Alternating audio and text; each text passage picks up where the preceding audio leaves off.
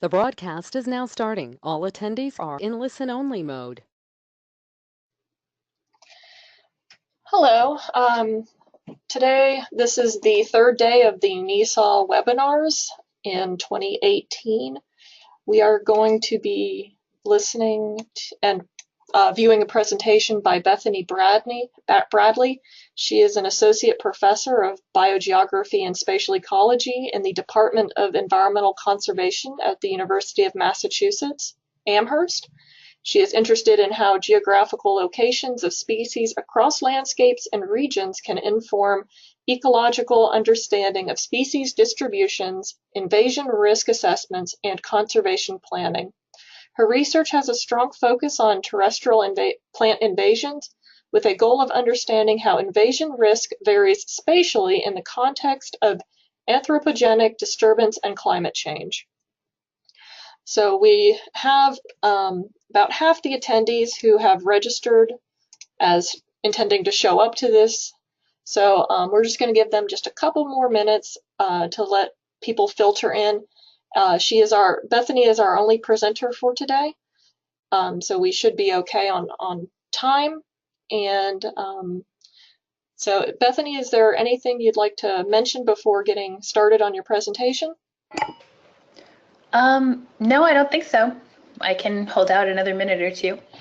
So, all right, well, it looks like we're kind of holding steady at the last minute or so. Why don't you go ahead and get started, and people will come in, and we are recording this, so any late arrivals can view the recording after it's available, and it will probably be available starting next week.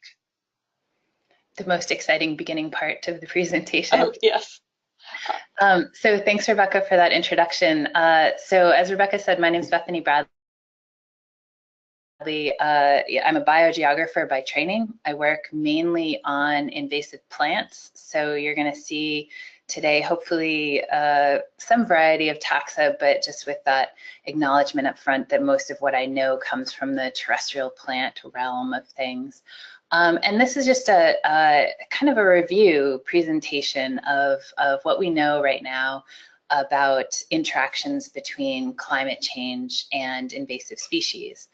And so before I get started, if any of you guys are in the Northeast US, or even if you're not in the Northeast US and you're interested in keeping up with some of the activities that we've been working on in the Northeast, I'd really invite you to join our risk group, this Northeast Regional Invasive Species and Climate Change Management group. It's a about two-year-old working group where we have been just trying to increase dialogue between scientists and managers on this kind of still new and emerging topic of how do we've been dealing with lots of invasive species problems, and now we have this additional kind of framing of how we're going to think about managing and dealing with invasive species going forward in the light of global climate change. And if you're going to be in the Northeast,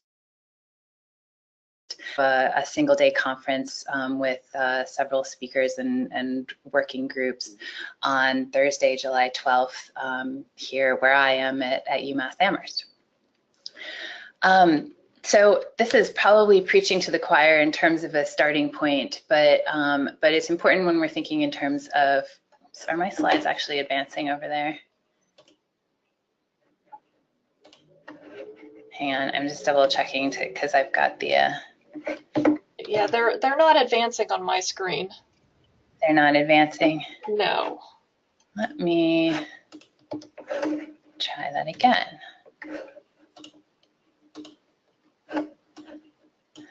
I'm just going to show my main screen, and we're just going to have, this is the problem with having multiple screens, is that you can't actually, I'll just minimize all of this other stuff so that you guys can see as much of the actual PowerPoint slide. You can see that okay? Yeah, we can see that okay. Okay.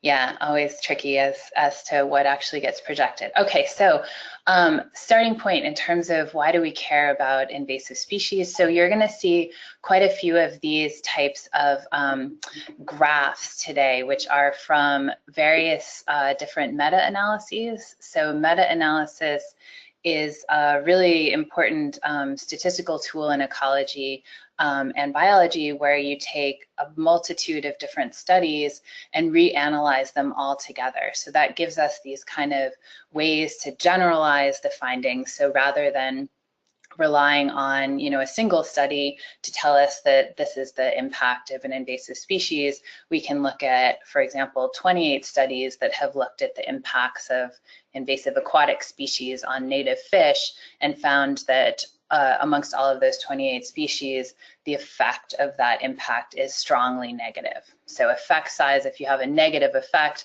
that basically means that whatever the question is that you're asking, are invasive aquatic species having, what kind of effect are they having on native species abundance? Strongly negative for fish, for zooplankton, for macrophytes in this particular study. So we know that invasive species are having these negative impacts in aquatic systems.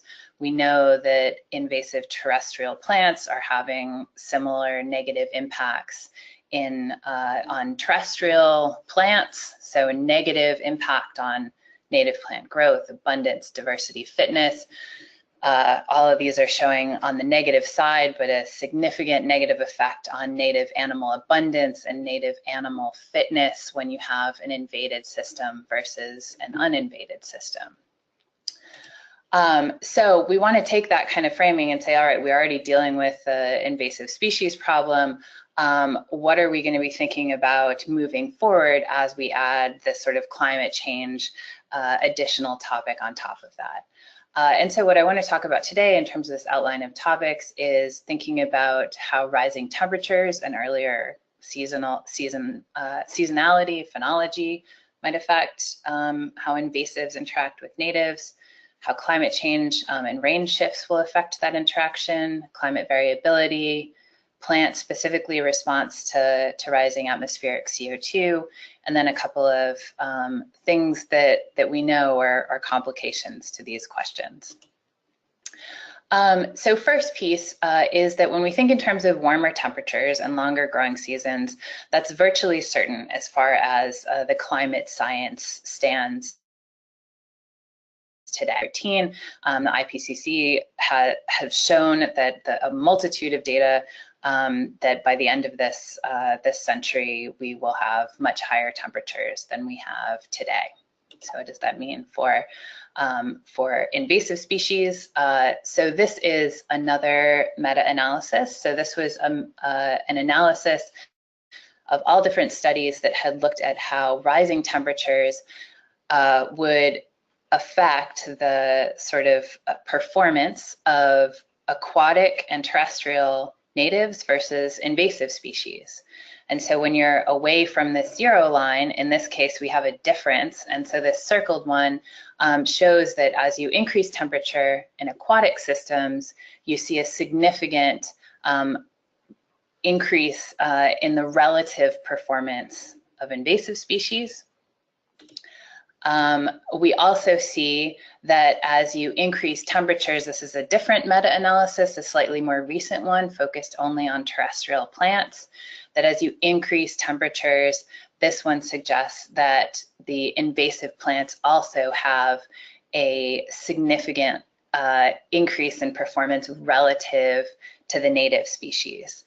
So in both cases here, and these are, meta-analyses of lots of different studies, so the measures might vary by study, but the overall pattern is consistent, that is increasing temperatures are favoring invasive aquatic animals relative to native aquatic animals, and are favoring invasive terrestrial plants relative to native terrestrial plants. Another piece that this climate warming is likely to have an effect on the relative performance of invasives versus natives is through phenology. So this is a picture from paper from about 10 years ago. On the same date, May 30th in 1868, you can see that the tree canopy in the picture on the left doesn't have any leaves on it. May 30th, 2005, fully leafed out, right? So there's obviously plenty of variability year to year in terms of the onset of seasons, but one thing that we are seeing consistently is that in temperate systems especially, you are seeing this consistent earlier green up, earlier onset of growth amongst plants and animals. And so how does that affect invasive species? So one of the ways that it potentially affects that is through what invasion ecologists call priority effects, which is sort of like, the early bird catching the worm. If you're the first out of the in terms of your growth and competition relative to native species. And it has also been observed that plenty of invasive species, particularly, so me coming from the Northeast US, particularly these understory woody species woody invasive species in temperate forests, tend to be some of those first ones out of the gate. Here are just some pictorial examples of those. So for barberry, garlic mustard, honeysuckle, buckthorn, those are all examples of these woody invasive species that show this really early spring green up. So if you're the only one hanging out there early in the spring and the climate conditions are becoming even better for your faster growth, more resource availability because it's warm enough, then that gives you an additional advantage. Another piece of this is phenological plasticity. So basically this question of not only are the growing seasons getting longer, but that the variability of when the growing season starts is increasing right now through time. So, some years it's early, some years it's super early, some years it's a little late kind of thing.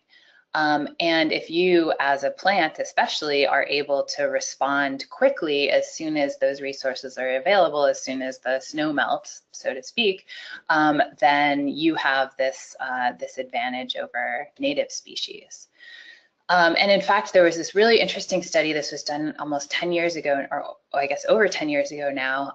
It was done out of Boston University, where they went and did a repeat survey of Concord, Massachusetts. So went throughout the entire town.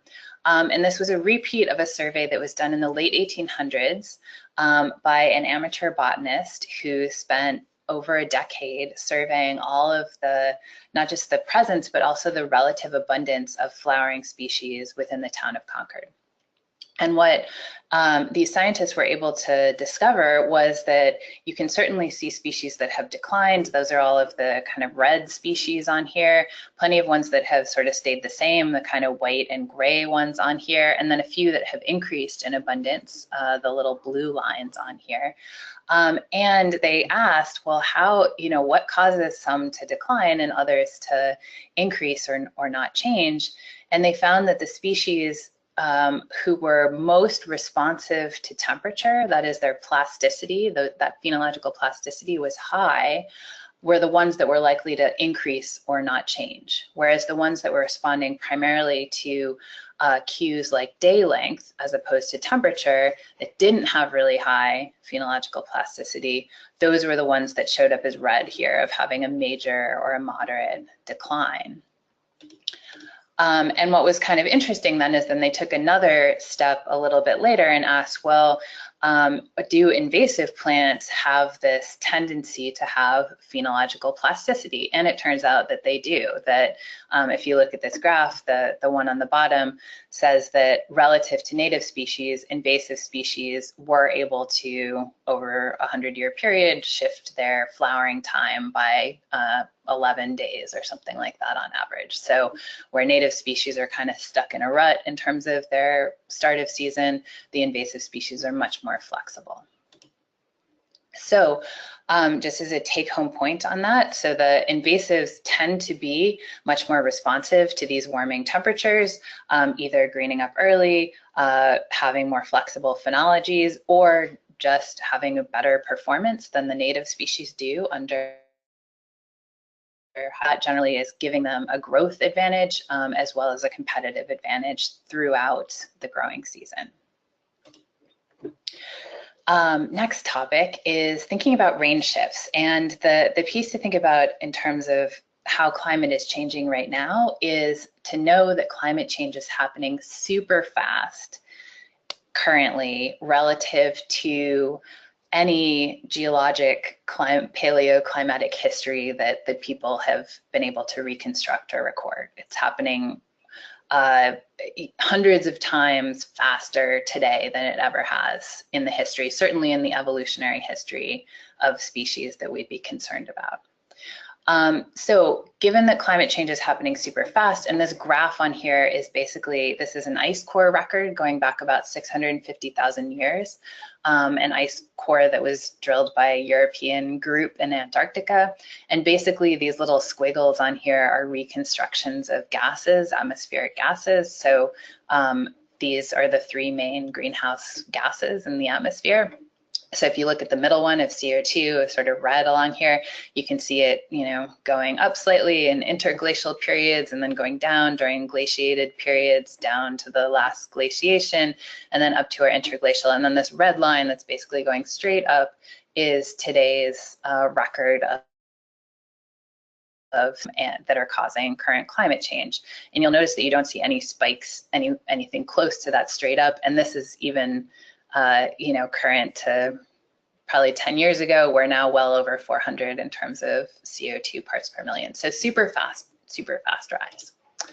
And so then we can ask, okay, well, can native species keep up with this, right? How fast are native species moving? And this was a study from also about 10 years ago that was done in the Green Mountains of southern Vermont, where in 1964, the Forest Service did a series of transects measuring tree composition up in elevation along the Green Mountains. 2004, they went back and repeated this study. And they found that, as you might expect in response to warming temperatures, the northern hardwoods, which had been at lower elevation, were expanding upwards. And the boreal forests, which had been at the high elevations and still are contracting from those lower elevations as they're getting too warm. But they were able to put an estimate on this of about how much these forests are moving. And obviously they're trees. We're not expecting them to uproot and jog uphill or anything like that. But it gives us a sense of, okay, over 40 years, these trees on average, the forests were shifting by about 600 feet upwards in elevation. So how fast is that? Well, that's not very fast relative to current climate change.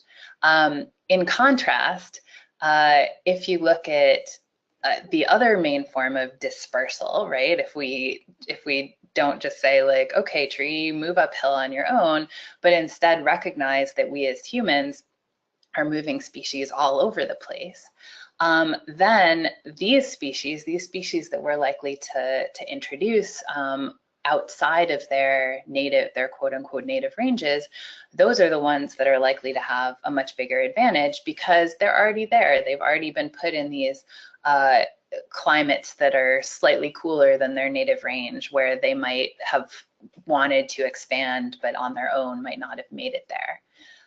This was a neat study in Europe where this particular species, so it's a flowering plant from Europe, and the red on here on the graph on the left is basically the native range, reconstructed native range of that plant. And these little green dots that are all over here, including, way up north, those are nurseries that are selling that plant across Europe. And so presumably if a nursery is selling it, then homeowners are planting it someplace nearby. So we have created this huge advantage for this particular species, as well as a huge array of other plants that we like to plant outside of their native ranges. And so just as a reminder that it's not only ornamental, benign, non-native plants that we're talking about here, we're also talking about invasive plants and invasive animals that get introduced along the same pathway. So the majority of invasive plants have been introduced. This is invasive plants from the US specifically of about 1,100 invasive plants, almost 60% specifically associated with the deliberate introduction pathway, and the vast majority of that was through the ornamental plant trade. Similarly, if we talk about invasive animals, so how do invasive fish get from one pond to the next? Mostly because we're stocking them there, sometimes because we're releasing them from an aquarium or pet trade or some sort of bait, but for the most part, it's because we put them there. And so what that means is that we have this huge advantage for both non-native and invasive species that we have chosen to distribute across landscapes and regions. So we think, as biologists, many of us think about dispersal in terms of, oh, well, how far is the wind going to blow that seed, or how far is the bird going to take that seed? But hey, if you're planting bamboo in your backyard, or your boat is covered in hydrilla or some other aquatic plant, then that's going to be a much more important and long distance dispersal mechanism than the wind or the birds. So we are the source of dispersal for the species that are going to have the greatest advantage as climate change alters their potential ranges.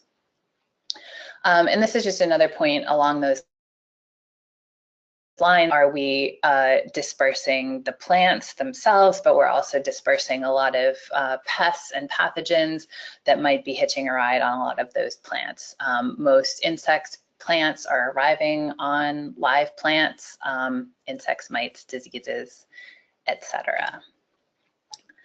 In terms of climate warming, so climate warming not only favors these more broadly dispersed species, but it also favors pests specifically, and that's because most pests are ectotherms, so that is, they're relying on the environment rather than on their internal organs to produce the heat that they need.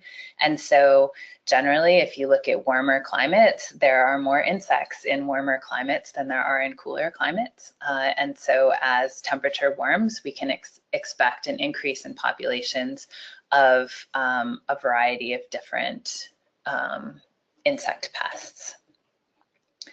And then just another piece on that is that not only do you expect more variety of insect pests, but you also can anticipate a longer life cycle associated, both longer as well as multiple life cycles associated with that warming. That's one of the concerns. Now, this is a native pest, but with the mountain pine beetle outbreaks in the western US, where the insects have longer to do damage and then can also have multiple generations within a single growing season, where prior to this degree of warming that we're currently experiencing, they weren't able to do that. And then we've also got plenty of models, projections of where species might expand to. So there are a number of invasive species that are already on the move, both because we've helped disperse them, but also because they're able to, hitch a ride in our cars and various other accidental vectors.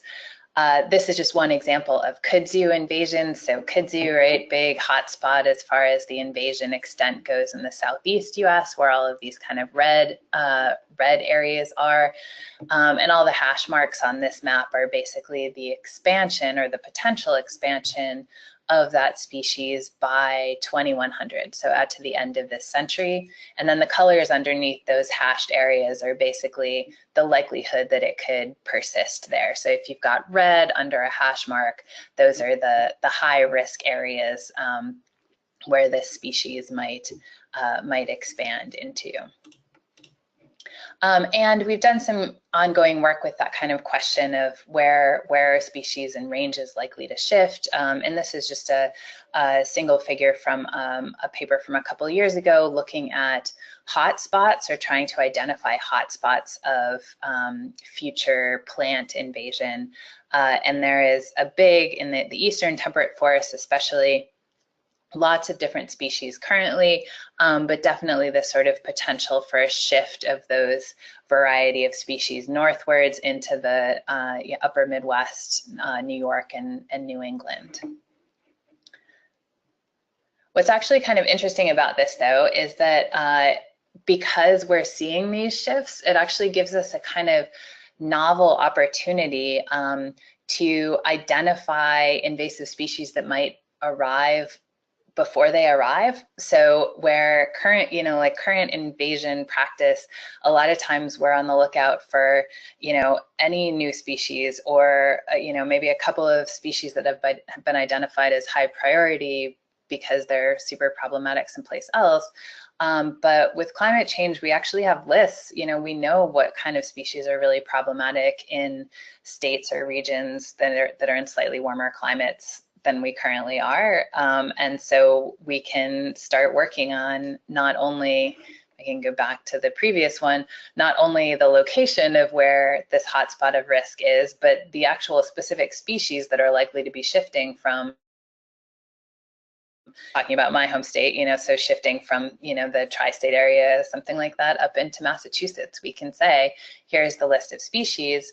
And ongoing work of what we've been doing in my lab is working on impacts prioritization of those range shifting species. So we've been saying, okay, we can generate a watch list of, 50 species that are likely to get to Massachusetts by 2050 that aren't here now. And now we want to know, okay, of those 50 species, what are the ones we should put at a high priority for monitoring and management because they have the biggest impacts in other regions. All right, so take home point is that species ranges are shifting, but invasive species especially, but any species that we're cultivating or releasing, those ones are going to have an enormous advantage because climate change is happening super fast. And so the species that can move super fast are going to have the best chance moving forward.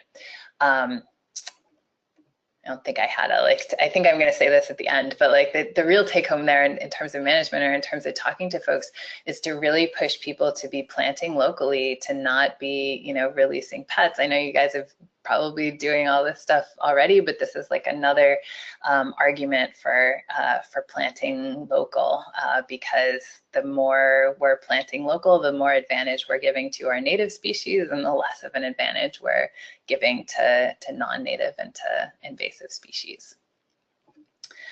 Okay, so next piece is to think about climate change in terms of disturbance. So this is a graph that's just dealing with heavy rainfall events. You can find the same types of data and patterns for extreme droughts, for heat waves, for the magnitude of hurricanes, for example, have all been increasing with time and with climate warming. So down in the lower left of this graph is just the overall trend for the US. And so these are extreme, and I forget exactly how they characterized extreme, but it's like 2 days of really heavy rainfall that historically only happened, like once every 10 years or something like that, happening more and more frequently. And you can see that break down into various different regions. So some, like the Southwest that just doesn't have a whole lot of rainfall, we're not seeing as much of that pattern, but everywhere else we consistently are. So what does climate variability or these kind of extreme events do?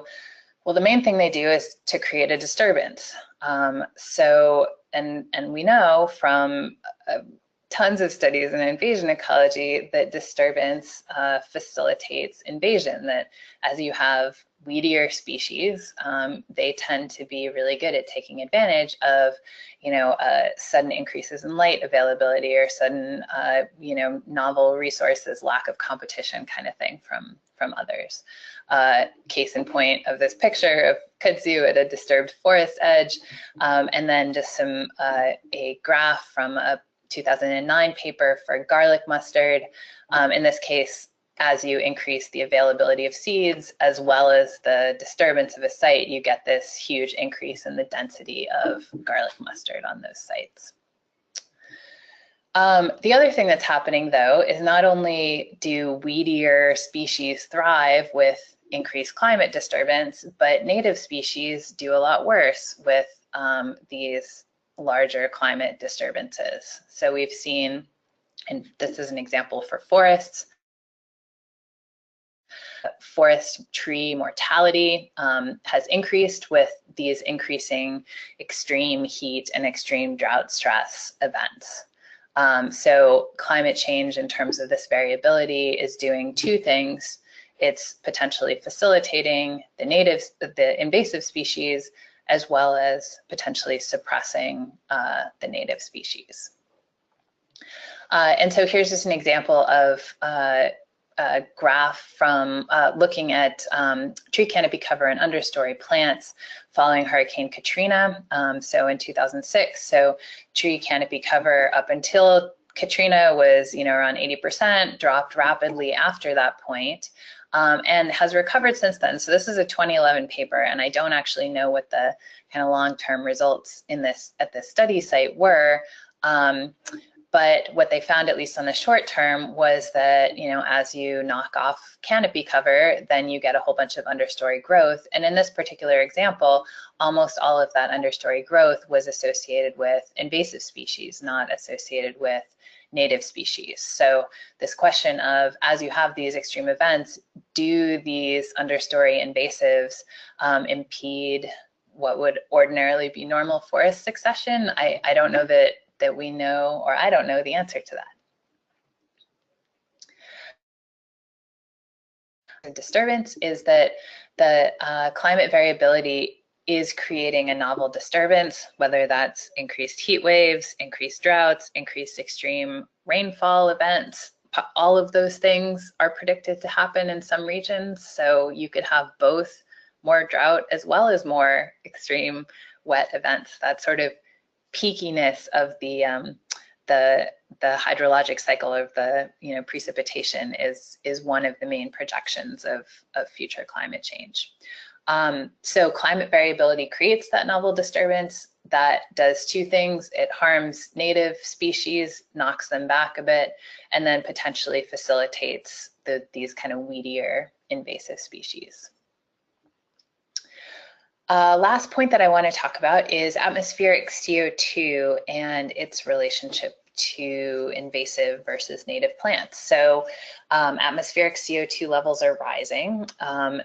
You saw that graph from the Antarctic ice core that went back 650,000 years. This one goes back 60 years or thereabouts, but this is atmospheric CO2 measured at the top of Mauna Loa Volcano Observatory on the Big Island of Hawaii.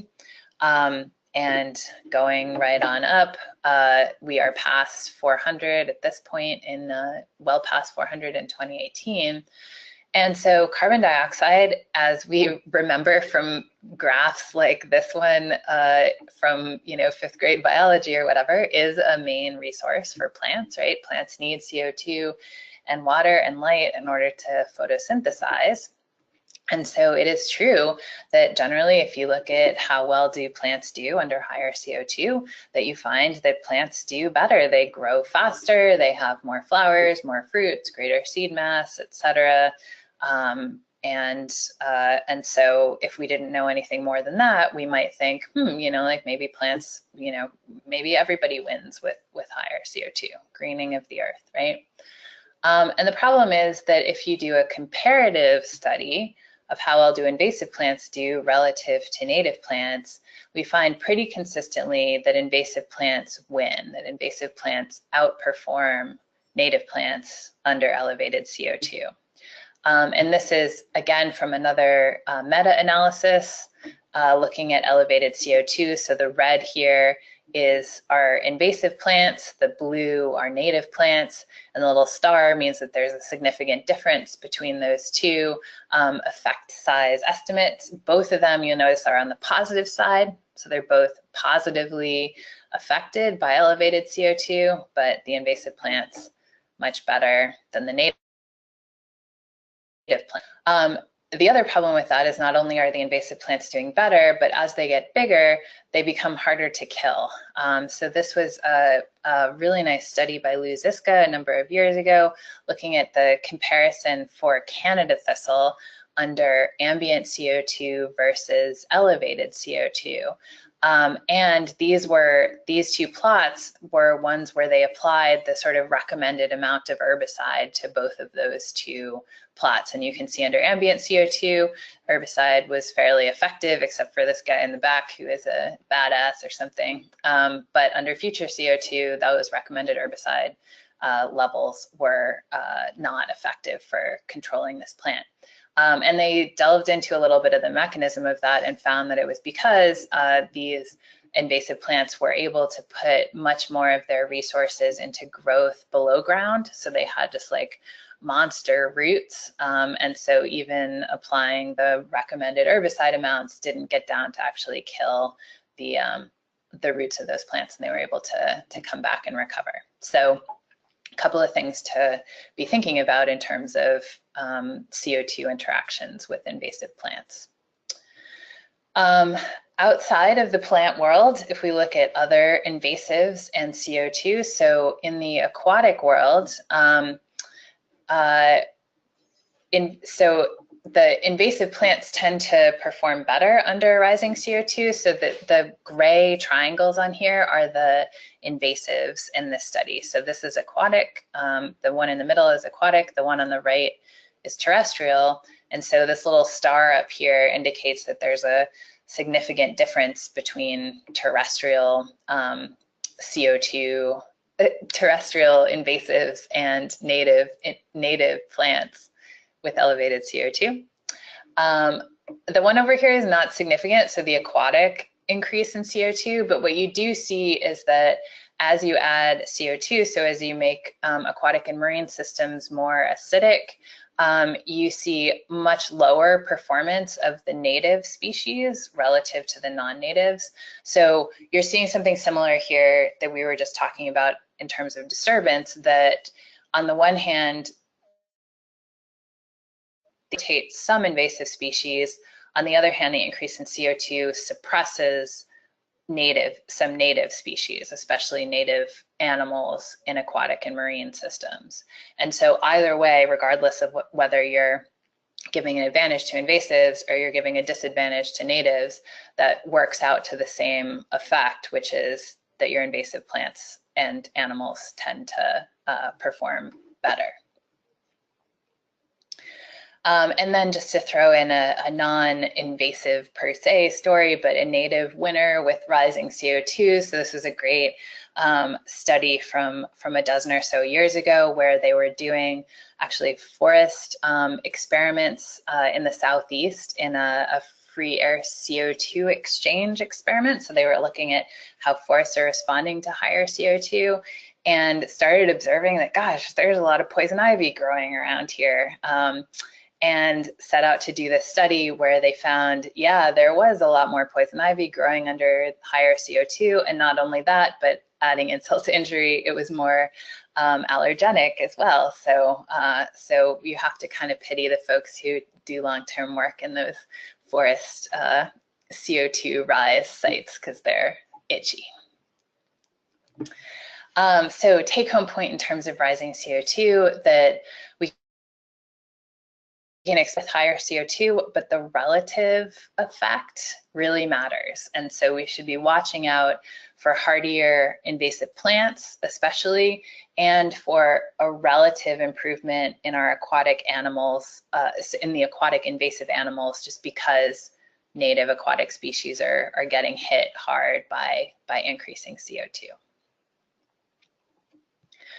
And then the last piece that I wanted to talk about was some of the known unknowns of this system. So I put this figure up. So this is dealing with sort of forests and soils and climate and stuff like that, just to make the point that there are a lot of arrows in this graph. This is true in terrestrial systems. Here's kind of an equivalent one for aquatic systems, lots of arrows going on in terms of stuff that's connected and things that we don't necessarily know. So we don't know how all of these different things are interacting. Most studies that we do, you know, might focus on one of these arrows or one connection. And so it just takes a fair bit of time, and sometimes it takes having a real world, you know, experiment play out of having some surprises before we really figure out all of the connections that are going on here. And so what that means is that it just makes it harder to predict exactly what's going to happen at any given site. We can use these kind of general themes and meta-analyses that show us generalizable directions. Those can be used to guide, but we're never going to know all of the pieces of any specific site. Another piece that's unknown is what's happening next, right? We know that we are constantly importing new goods, and those goods are often including, things like stowaway insects or pests. We are constantly importing new plants, and those new plants have a risk, some of them, of becoming invasive. And so this point is just to make that the red part of this graph is super high risk when you're starting to import new species or from a totally new market or something like that. If you're importing ornamental plants, for example, because you don't know anything about most of those plants, but that risk continues. The risk of new invasive species arriving and being introduced continues, because as you keep trying and trying again with those same species, eventually you might get the right conditions for one of them to take. And we know that there are lots of different countries that and now the study is from 5 or 6 years ago, but the pattern is likely holds true to today, that all of these red ones on here are countries that were relatively new to the scene in terms of us in the US importing new nursery plants from those places. And we know that nursery plants are the main source of invasive plants that go on to become invasive, but we also know that they're a primary source of a variety of different insect pests and pathogens. So these imports from other countries are high on the high risk location, but because they're all so new, we really don't have a good handle on what those species might actually be. And so from that perspective, as well as from that perspective of thinking about dispersal and how dispersal provides an advantage relative to climate change, a big direction to go in and to encourage your stakeholders to go in is to think more about planting local. So these are a couple of examples of local, nurseries and whatnot that focus on native plants in the Northeast, except for the one in the center, is a more national website that you can go and find your state, find different organizations that sell or focus on native plants, which, we're all thinking about invasive species, but the counter to that is thinking about all of those native communities and how do we support native communities under climate change. And one of the things that native species are going to need if they're going to keep up with climate change is help, is landowners, gardeners, whatever, thinking in terms of, hey, this species isn't from, my backyard, but it's from the backyard a couple of states away. Let me see if I can, I'll be the forefront of assisted migration or whatever we're calling it today in science. All right, so just to finish up, with the conclusions are that we know that from these meta-analyses that invasives tend to have more positive response to warming temperatures than native species. That's true for aquatics, that's true for terrestrial plants. We also know that warming temperature increases the length of the growing season and favors species that are able to grow earlier and have more plasticity in terms of the timing of their green up, and that those species that are able to do that tend to be invasive. We know that species ranges are shifting and that species ranges will have to shift very quickly in the context of climate change because climate is warming very, very fast. But anything that we're cultivating is going to have a head needs to happen if these species are going to keep up with climate change. And so if the majority of the species that we're cultivating and moving around are invasive, then those are the ones that are going to have the advantage. If instead the majority of the species that we're moving around are native, then the invasives might have less of an advantage. We know that climate variability creates a novel disturbance, and that disturbance is closely tied to weediness, to invasiveness, especially of in plant communities. And then last thing, we know that invasive plants have this strong growth advantage relative to native plants as you increase atmospheric CO2. And I'll just leave it with the risk slide that I think I missed earlier on because I wasn't figuring out how my slides worked. So thanks very much.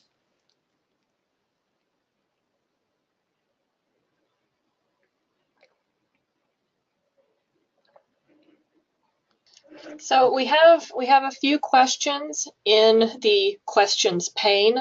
You can add additional questions as you have them. So I'll start with some of the questions that have already been asked. Currently, Peter asked if the slides will be available. So I know that the presentations are being recorded, and so you can review the presentations as they're added to the NISAW website and to the National EPSI website. But Bethany, are you planning on posting these slides anywhere? I'm trying to think if I have them posted someplace. I can post them anywhere. Do you guys have a location where we can put them? Well, actually, Bugwood has a website, of course, called Bugwood Presents, and anybody can, load presentations onto Bugwood Presents. That way, it's an easy sharing option. People can go there, download the presentations, and use any of the slides if they're interested in it, or just view the slides if they want to view the slides at a later date. So I can send you some information if you'd like. That sounds great. I'll plan to do that. And I don't have my email address on here, but I'm pretty easy to find on Google. So if anybody can't find it and wants these, feel free to email me. I can send them. Okay, and so for the audience, the Bugwood Presents, if you just type Bugwood Presents into Google, you'll come across it, and you can search through the database and find presentations you're interested in viewing or downloading. So Ryan asked, do you know of any studies looking at the distribution of invasive species along long-distance migratory bird routes? I don't, but I also don't work on birds. I know that there have been a number of studies looking at aquatic plants and other aquatic species that get dispersed on bird feet, but beyond that, I don't really know. Yeah, I don't know much about birds. Well, I've heard a fair amount of birds eating fruit and seeds and so forth. But yeah, I don't know. I don't either know specifically like how far it travels, from time of ingestion to, or what species are being looked at along migratory bird routes. So that would be an interesting thing to look up at some point. For sure. Yeah. So Lynn asked, is there any region-wide plan for deer control, as they seem to have a very detrimental impact on any efforts to grow natives? They are gobbling up most of the investment. Yeah, no, I totally agree. That's above my pay grade. I mean, I just do the research side of things, so so I don't know what different states have been trying to do. Yeah, Yeah. I hear you. No, I understand as well. My mom constantly complains about the deer eating her pansies and pretty much anything else she plants. So Yep. I know that there are, I don't know about cities, municipalities, townships. They all have had their different plans. I don't know about any broad region-wide plan. So that would have to be something you'd look up in your general area to figure out what might be going on. Mm-hmm. So Caitlin Jones, who's no longer in the as an attendee, she said, "Wonderful presentation, thank you." Todd Bowler, great information, thank you. Jessica asked, "Can a list of Bethany's literature citations please be added to the presentation that is posted?"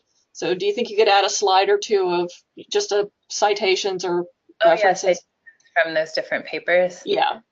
Yep, sure. I've got all of the brief citations, so I should be able to add that to the end. Yep. Okay, that'd be great, because I was looking at some of them like, oh, I want to read that paper.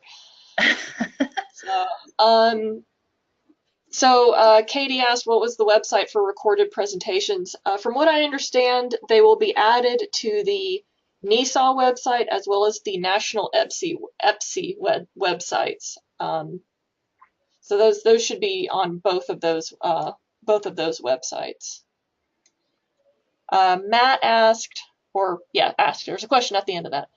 There is probably a correlation between plant plasticity and stress, so plants with higher plasticity are likely to suffer less stress, and this may translate to increased ability to fend off herbivores, pathogens, and competitors. This would probably tend to further shift the competitive advantage. Does this make sense, or is the relationship between plasticity and stress more complex? That's a super good question. So I don't know about plasticity and stress per se, and that's getting into kind of community ecology stuff, which is pretty far afield from things that I know about. But I know that I do know that the plasticity questions, or the sort of phenological traits, have been correlated with other traits. So I think what he said about stress is sort of similar in this to, plants that are able to regrow quickly, or plants that, because if one of your strategies is to green up really early before everybody else, then the trade-off to that is you're likely to get hit by a frost, or you might get, munched by the first, deer that wanders by, or something like that. And so you have to have traits, you have to have other strategies to be able to bounce back from that. And so things like growth rate and height, I think those are the ones that's come to mind, have been correlated with phenological plasticity. Okay.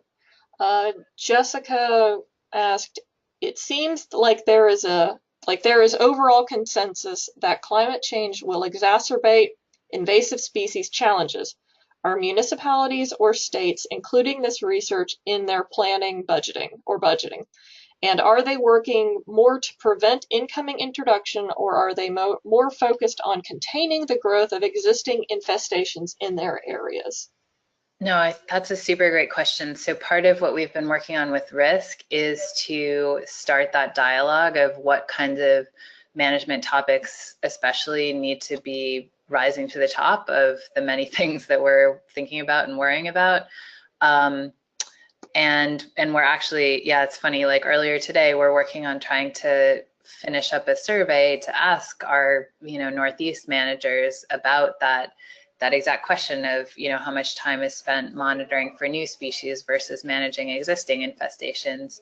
Because certainly if we're thinking in terms of climate change, we're going to be thinking about, changing populations of existing ones to a degree, but it's the new emerging ones that, in my mind, rise to the top in terms of things we should be concerned about. So my experience in the Northeast, and I guess this would be mainly New York and Massachusetts states managers, is that most people haven't really been, got enough to deal with in terms of invasive species, and so they're interested in learning about, thinking about invasive species plus climate change, but aren't necessarily implementing anything related to those yet. But for New York, at least, and New York is pretty progressive as far as having a variety of invasive species programs and support for invasive species work. I know that some of the New York calls are priority lists at least have started putting climate change into the thinking about invasive species management.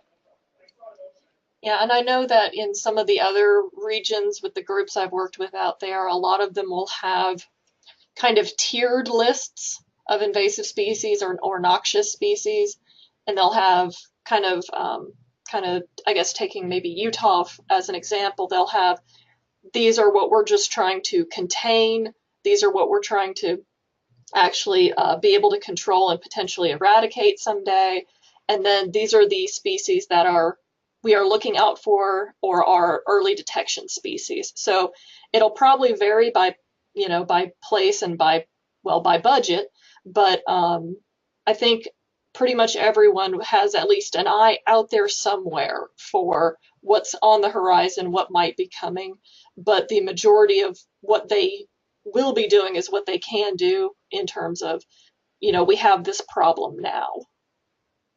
Well, and that's a good point too, Rebecca, that it's not, right now from my experience is a little limited in the Northeast, but what most of the states in the Northeast seem to be doing is, consulting experts and doing, reviewing literature and stuff in their state relative to what species would be put on the, priority lists. They're not necessarily talking to, Massachusetts advisory group is not necessarily talking to the Connecticut, Invasive Species Council to try to cross state borders and find out what the slightly warmer places are dealing with right now. And that, I think, is a really key piece in terms of developing those watch lists and putting putting more species that we're really going to be concerned about on the keep an eye out for these list. Yeah, and I imagine that's especially going to be an issue with, say, those established species that have kind of potentially reached their current range due to climate or some other climate related factor. And so some of the nearby groups that work in invasive species may not have those on their radar, even though they've kind of been knocking on their door. They kind of feel maybe safe at the moment, but that definitely will change with climate change. Sounds like a plot of a horror movie that you're outlining right now. Feeling safe right now. I know my next career then. So, Lynn, she's the one who asked about the deer. She said, not surprising that they seem to prefer natives, and thank you. So, are there any other additional questions? Rodrigo Diaz said, awesome presentation. I enjoyed the quality of information. We got job security, which is unfortunately true. So again, these presentations, today's as well as tomorrow's and the previous 2 days presentations will be available on the NISAW as well as the National EPSI websites. They're not being posted daily. They'll likely be posted either at the end of the week or at the beginning of next week.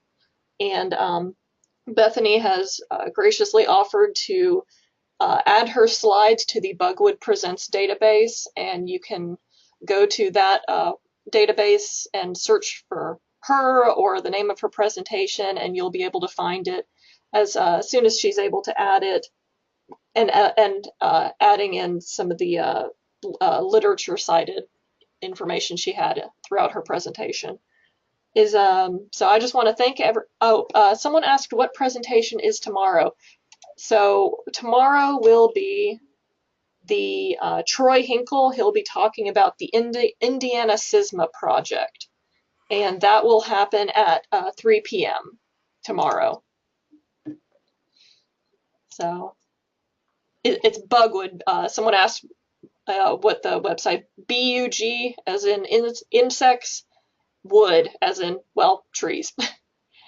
And it's one word, and that's we're the group that is currently serving as moderators for these presentations. So again, I want to thank everyone for showing up. We had what I would say is very good attendance, and you can of course spread the word about the videos being available to anybody for later viewing. So I want to thank Bethany for taking time out of her schedule to inform everyone on this very important topic. Thanks, Rebecca. Yep. All right. You guys have a good day, and we'll hopefully see you tomorrow. Rebecca, do you need anything else from me, or shall I sign off too? I'm going to go ahead and stop the